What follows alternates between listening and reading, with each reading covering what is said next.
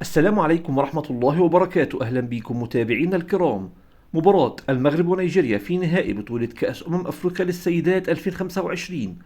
وقبل ما نتعرف على الموعد والتوقيت والقنوات الناقلة، ما تنساش تدعمنا بلايك والاشتراك في القناة ليصلك كل جديد. وتوقع معنا نتيجة مباراة المنتخب المغربي ومنتخب نيجيريا في التعليقات أسفل الفيديو.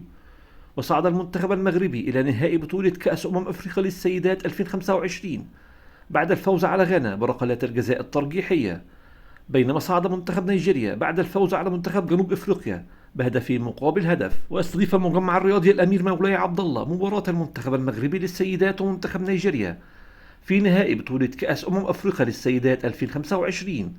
وتنطلق المباراة اليوم السبت 26/7/2025 عند الساعة 9 بتوقيت المغرب وتونس والجزائر، 11 بتوقيت السعودية ومصر والعراق وقطر. وأما عن القنوات الناقلة لمباراة منتخب المغرب ومنتخب نيجيريا، المباراة منقولة على قناة الرياضية المغربية الأرضية وعلى قناة بن سبورت 6.